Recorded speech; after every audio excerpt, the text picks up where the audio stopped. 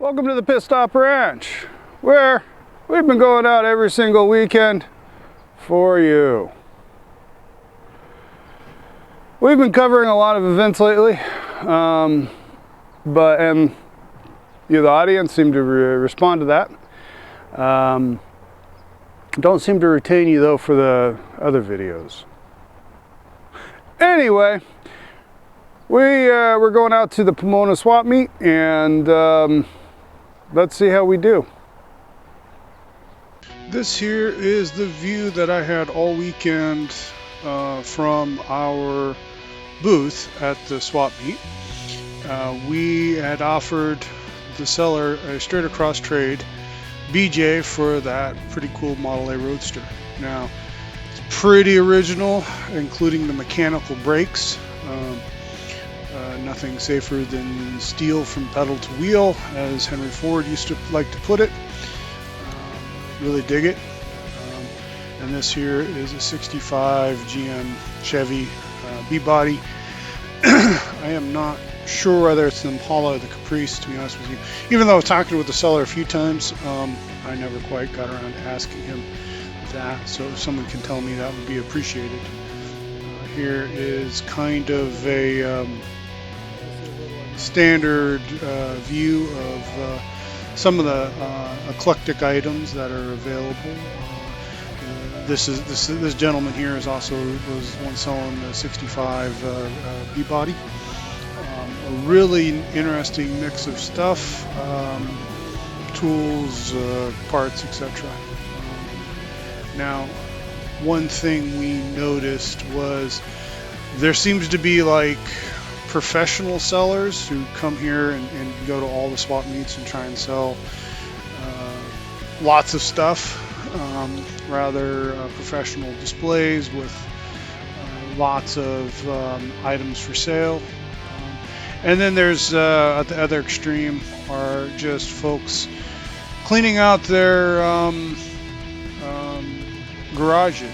Here, this is a picture I took just to illustrate how many open spaces or unused spaces there were. Now, according to the organizers, they were sold out or pretty close to being sold out, at least according to some of the other vendors.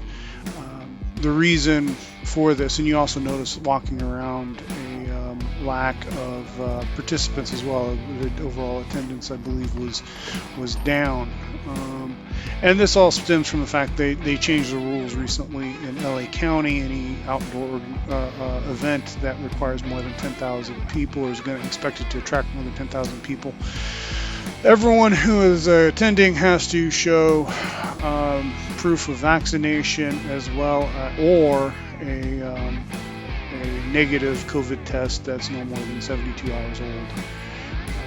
So as a result, a fair number of vendors either decided not to come or decided not to, or were turned away at the gate because they couldn't produce any of that evidence, and as well with the people coming in.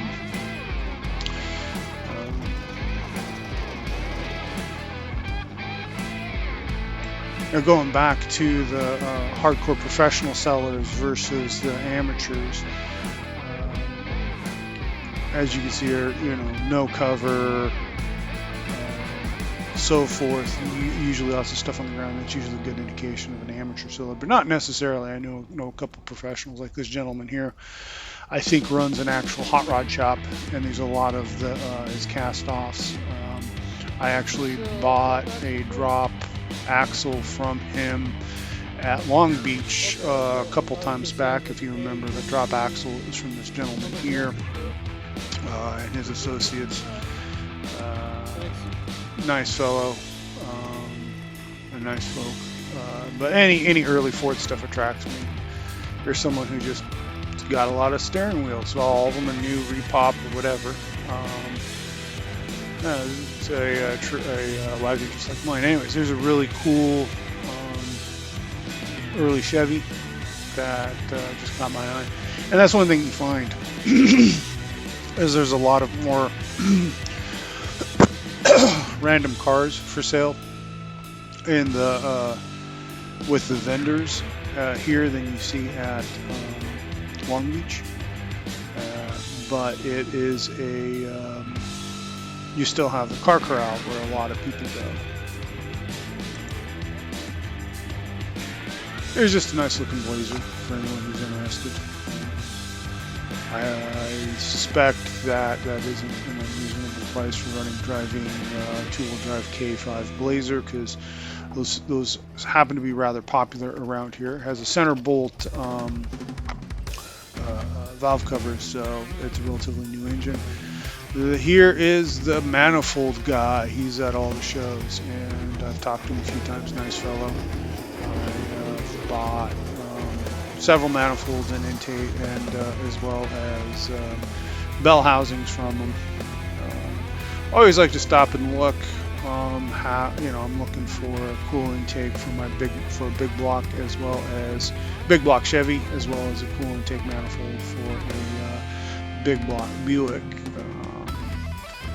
Neither of which are really performance vehicles. However, my hot rodder's mind is always, I want something that performs, though I want something cool. Now this is just a eclectic vehicle rolling through. To be honest with you, I'm not sure what it is. It looks like it could be an A, but here is a 34 I think, pickup with obligatory small block Chevy, nice loud chevelle rolling past. But I just thought this was a cool vehicle, of course. Interesting how he bent the hood rods to accommodate the Chevy.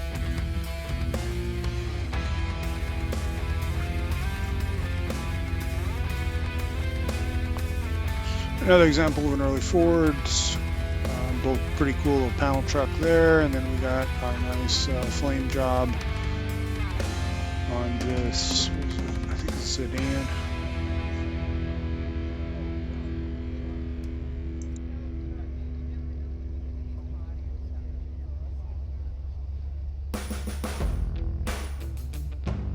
Here's another cool 34 pickup truck with an interesting engine. It's a 60 degree V6, I believe GM, could be a 2.8, something else.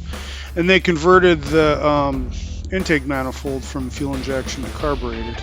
35, there we go. I said 34, 35. There's a 2829A.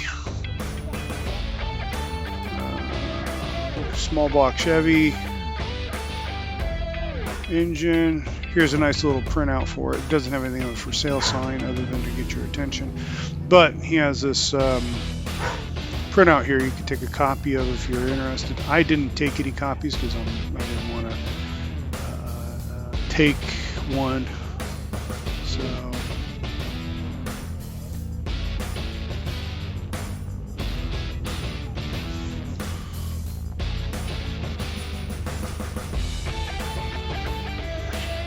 another A, 31.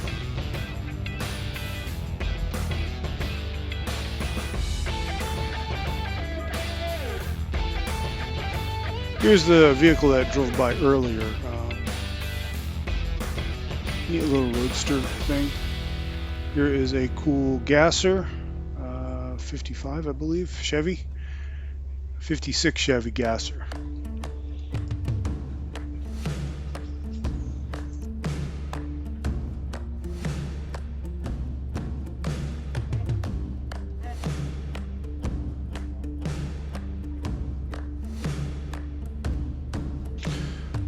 Give it a nice high angle shot, looking around to show you, kind of get a feel for the attendance. Again, because of the COVID restrictions, way reduced from last month, or excuse me, 6 weeks ago. But a nice eclectic showing of a lot of interesting, cool cars. I'm just going to stroll past a handful of them just to get a show and a feel of all the neat stuff. The obligatory car club sort is hanging out by their rides, showing them off.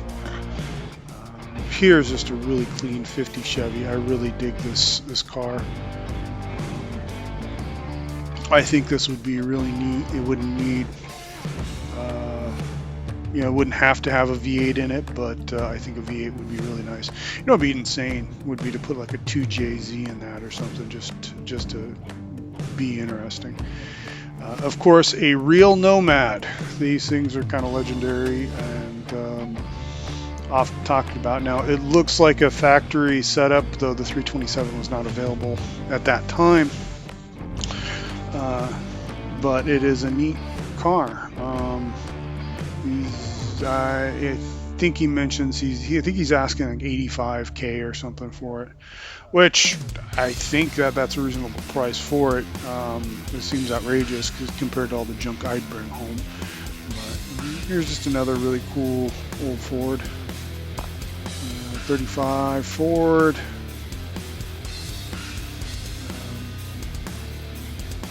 That's also probably a reasonable price for what you're getting there, assuming it runs and drives.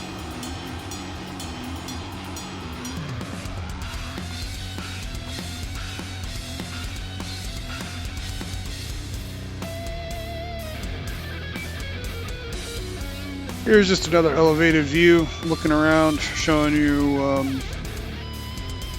the level of participation that occurred. Some more, just walking around, showing off the various different, very eclectic collection of cars in the car corral. Lots of cool, interesting stuff. I had a lot more footage of a lot more stuff. I kind of focused in this time on a lot of the older stuff that tends to be domestic, U.S. produced, but there's plenty of cool stuff all over. There's a lot of foreign stuff, a lot of Euro stuff, because this is billed as being a Porsche VW show is a big part of what it is. Here's just a cool 4x4 factory 4x4 pickup truck. That's in not terrible shape, kind of rough, but definitely in usable condition. And something that I kind of dig and wouldn't mind dragging home. You know, fix the rust and not go too crazy on the body, and then just drive around and use it. Here's a 80s K5, or excuse me, C10 pickup. Another C10 pickup with modern wheels on it. Here is a four-door Malibu, crew cab Malibu, with a relatively stock-looking engine. Can't tell what it is. Obviously small block. 7,000.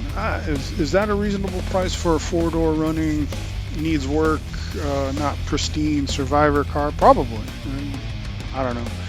This one here I just had to get because it was at Long Beach last week. Oh, here's an Edsel, two-door Edsel. I think these are, when I was a kid, you know, my dad best described them as being oddballs and ugly enough to be interesting, but not so much you want to own them when they were new, and therefore the Edsel brand died. But I think they've aged well, and I think one of these would be pretty cool. Unfortunately, with this example, the missing trim would be very difficult to find and expensive if you found it. You'd have to go to a specialty forums to find people who were parting them out or whatever, and then to find the missing trim, or you'd have to strip the trim off and run naked. Two choices. 65 Mustang, we just, you know, because of the one we have on our 66, excuse me, that we have. I was just curious what they were asking for it. Seemed it's missing the engine and transmission clearly. Here's a 510 Datsun, and wanted to show some cool non-US production cars that are here. This one here, this guy here has done clearly a lot of work, very expensive work, though he hasn't invested a ton in the body. It is a very neat little car, and I think these things are cool. They're getting pretty pricey anymore. when I was a kid, they were relatively cheap, but now they're getting up there in price. Now it's neat that it's got the original engine in it, though those are clearly not the original carburation setup on it. These things were just really hot little Japanese imports at the time. And we're back. Yes, we went to the Pomona swap meet, and like last weekend in Long Beach, almost exactly like last week in Long Beach, not only did I return with more money than I left and fewer parts, I got a Model A wishbone, except this one's split. Not that I needed another one, but I found this one that was already split and the price was a good price.